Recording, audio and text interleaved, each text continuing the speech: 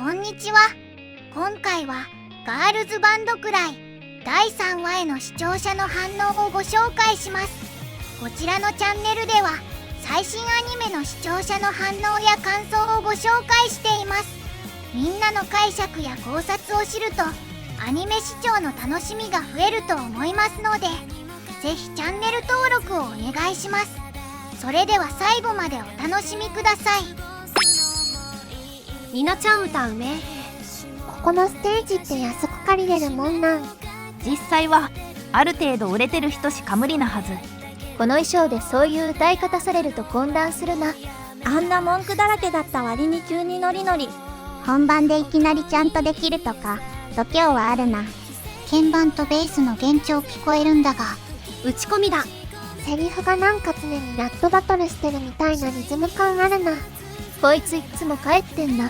この主人公は本当に寮で戻ってきた。早いよ帰ってくるの。もう扱いが分かってるな。何かファンシーな格好してんな。えらい可愛い格好してんな。新川崎、仮、名義、衣装と歌のギャップで売る戦略。ボーカルの衣装だけ浮いてる。ロック最高。ステージ演出はいいんだよな。なんだかんでテンポいいな。歌声だけ急に凛々しくなる感じが苦手。低音とかってかなり上手かった気がする。元から声優の人が歌うのと比べるのは酷だなって思う。それでさえ結構言われるし、肉まんの魚石になる。ロックだったわ。ニナだけ衣装がアイドルで方向性が違いすぎるだろう。体感時間が早いわ。これは花田先生。ニナの面倒くささが今んとこ面白さの8割占めてるわ。今季一番の楽しみやし、みな最後まで丸くならんとってほしい。はめられた。吉野家の流れに笑った。だいぶ方向性が見えてきたんじゃないか。衣装はちょっとロックすぎるけど。スバルいい子じゃないか。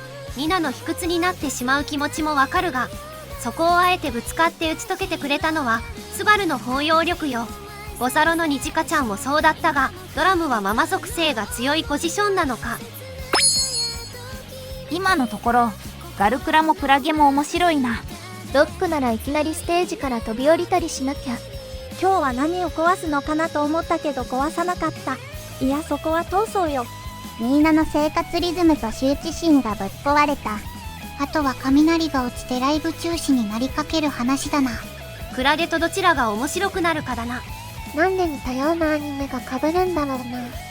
似てないだろう。やっぱ主人公がね、人格ができてなさすぎる。大体の人間は人格ができてないよ。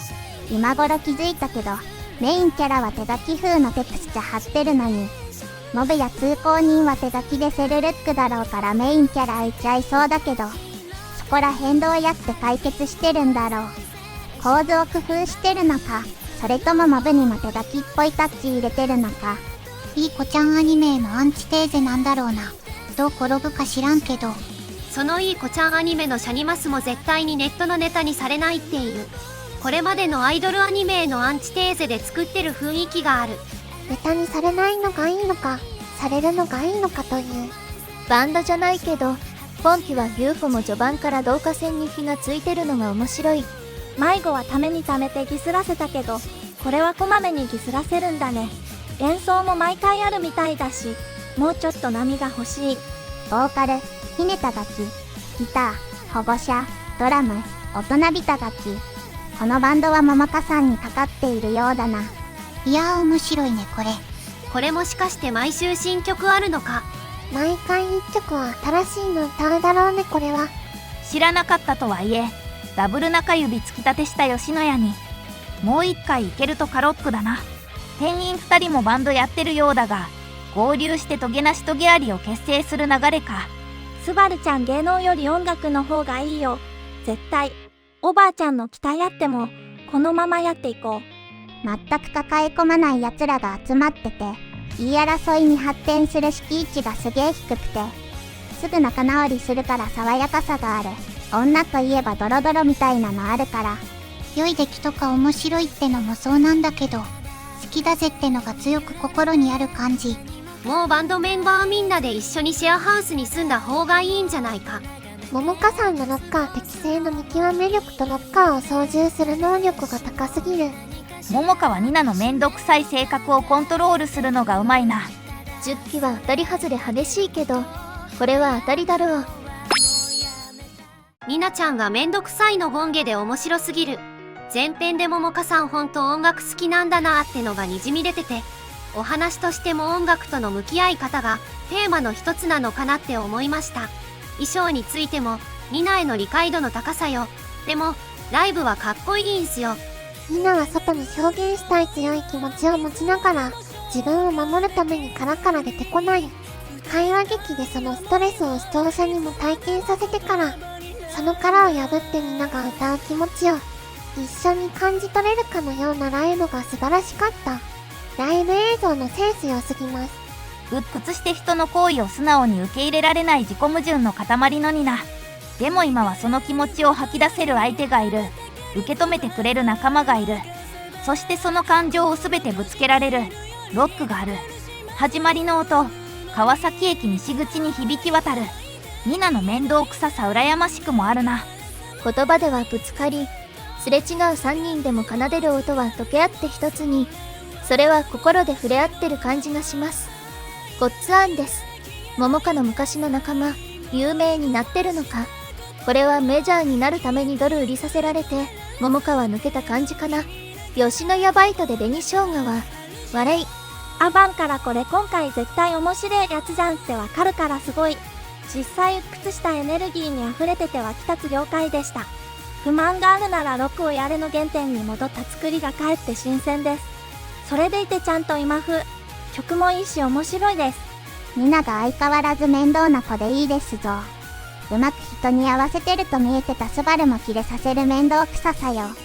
そんなニナに光るものを見つけて引き止め続ける桃香さんは菩薩なのかしらなのか。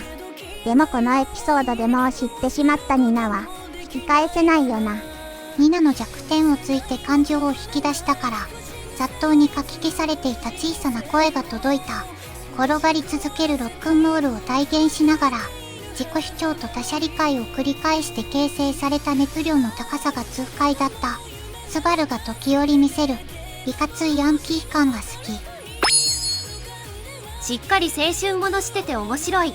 ニナのめんどくさすぎる性格に対して、おそらく何かしらの経験から理解して導いてくれる桃香。本音で向き合ってくれるスバル。良いメンバーだ。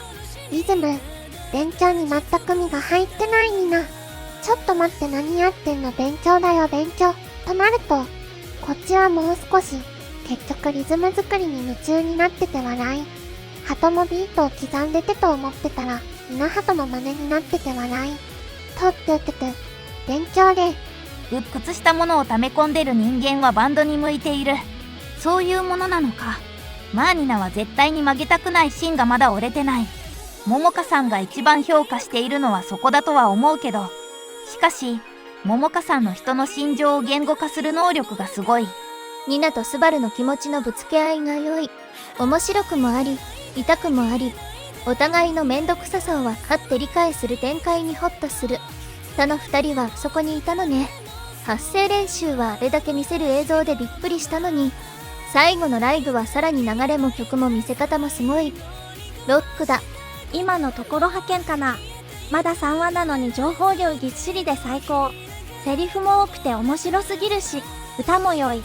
中身知ってみりゃこんなん絶対好きになるじゃんオタクはさ。サントラ欲しいレベル。名刺代わりのアルバム来週発売か。臆病なのに自信家で自己矛盾で、コンプレックスの塊で鬱屈して自分が嫌いなこのことを、それは全部エネルギーで、それをぶつければロックって言ってしまうの。10代20代の多くの人生を変えるパワーがある。素晴らしい。みんな表現者になろうぜ。ロックンロールに必要なのは、もがき苦しむこと。10代の頃に抱える悩みは過激で狂信的な情熱だからと、語ったとあるミュージシャンを思い出しました。観客すら自分に変えて嫌悪の対象に感じるほどの自己嫌悪。その制限時間付きの輝きは、まるでシンデレラみたい。最後までご視聴いただき、ありがとうございました。皆さんのご感想や注目ポイント、考察などありましたらコメントで教えていただけると嬉しいです。このチャンネルでは最新アニメのみんなの反応や感想をご紹介していきます。様々な考察や多様な意見を聞くとこれまでなかった視点が増えてアニメ視聴の新しい発見があるかもしれませんので、ぜひチャンネル登録とグッドボタンをよろしくお願いします。それではまた次回の動画でお会いしましょう。